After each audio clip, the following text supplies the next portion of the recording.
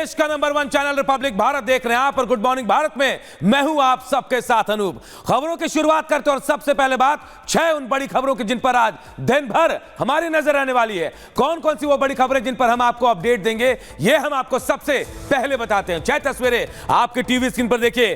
PM Modi जब संविधान का जवाब देने के लिए संविधान पर जब चर्चा हो रही थी, जब उन्होंने जवाब दिया तो बेहिसाब हमले किए और विपक्ष को पानी पानी कर दिया। योगी का दंगाइयों को अल्टीमेटम। जी हां, मुंबई में जब योगी ने मंच संभाला तो फिर इसके बाद क्या विपक्ष क्या दंगाई सबको साफ संदेश दे दिया कि कार्रवाई होगी। बात संभल की होगी। संभल में जांच जारी है, पूरी तैयारी है। आरोपियों की गिरफ्तारी के लिए अब इनाम की घोषणा भी की जाएगी। इसके बाद आज महाराष्ट्र की भी होगी क्योंकि महाराष्ट्र में आज कैबिनेट का विस्तार होना है और उसे लेकर पल पल की अपडेट हम आप तक पहुंचाते रहेंगे।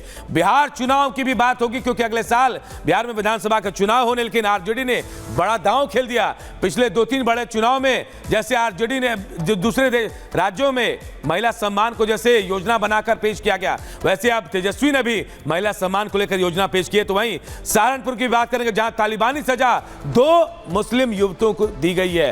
ये तमाम बड़ी खबरें आपको बताएंगे और अपडेट भी आपको इसे देकर देते रहेंगे।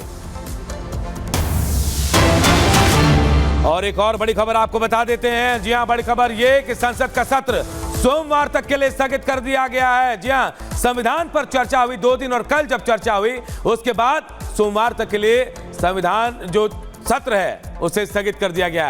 प्रियंका से लेकर अखिलेश तक ने संविधान को लेकर कई सवाल खड़े किए थे। अब उसका जवाब भी मिला। सोमवार को 16 दिसंबर तक सदन स्थगित हो गई और यह कहा जा रहा है कि जब सोमवार को सदन एक बार फिर शुरू होगा तो 1 नेशन 1 इलेक्शन का बिल जो है वो पेश किया जा सकता है। ये बड़ी खबर आपको बता रहे। देखिए, एक देश एक चुनाव बिल सोमवार को पेश हो सकता है। पूरी तैयारी इसकी हो चुकी है।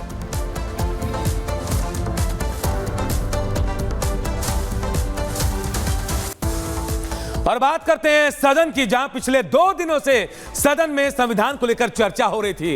इसके बाद अखिलेश यादव से लेकर प्रियंका गांधी तक ने सरकार को संविधान को लेकर घेरा।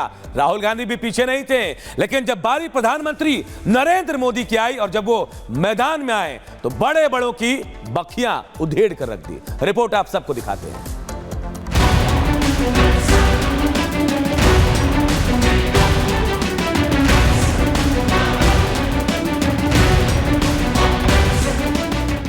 संविधान लागू होने की 75वीं सालगिरह जब देश मना रहा है तो संसद में इस पर जोरदार चर्चा हुई। पक्ष विपक्ष के बीच बयानों की तीर चली, लेकिन आखिर में जब जवाब देने मोदी आए तो उन्होंने राहुल के हर आरोप पर ऐसा पलटवार किया कि सब सुनते रह गए। मोदी ने नेहरू काल के कारनामों को लेकर कांग्रेस को घेरा।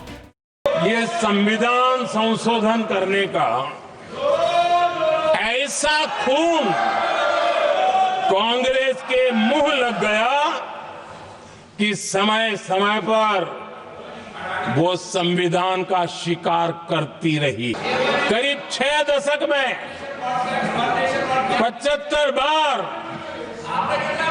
संविधान बदला गया।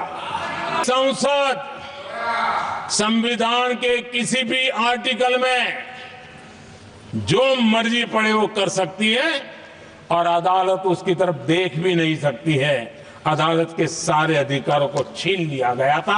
ये पाप 1971 में उस समय की प्रधानमंत्री श्रीमती इंदिरा गांधी ने किया था। इंदिरा का जिक्र हो और संविधान पर हुए सबसे बड़े हमले इमरजेंसी की बात ना हो, ऐसा कैसे हो सकता है? तो मोदी ने राहुल को आपातकाल भी याद दिला दिया।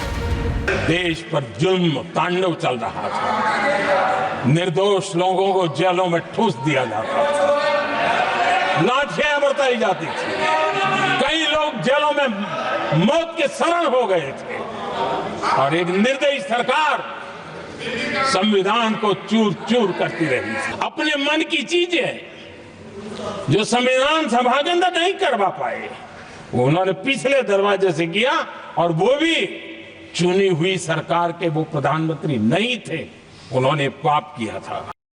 अपने 100 मिनट से ज्यादा के भाषण में प्रधानमंत्री ने विपक्ष और खासकर कांग्रेस के कारनामे गिनाए तो अपनी सरकार की उपलब्धियां बताई और 11 संकल्प भी लिए। लेकिन जैसे ही भाषण खत्म हुआ तो विपक्ष हमले को बेताब हो उठा। आपसे बेहतर कौन जानता होगा जुमले से किसको जाना जाता था। आज हम लोगों को 11 जुमलों का संकल्प सुनने को मिला। प्रधानमंत्री जी ने एक नई चीज नहीं बोली, वॉर कर दिया पूरी तरह से।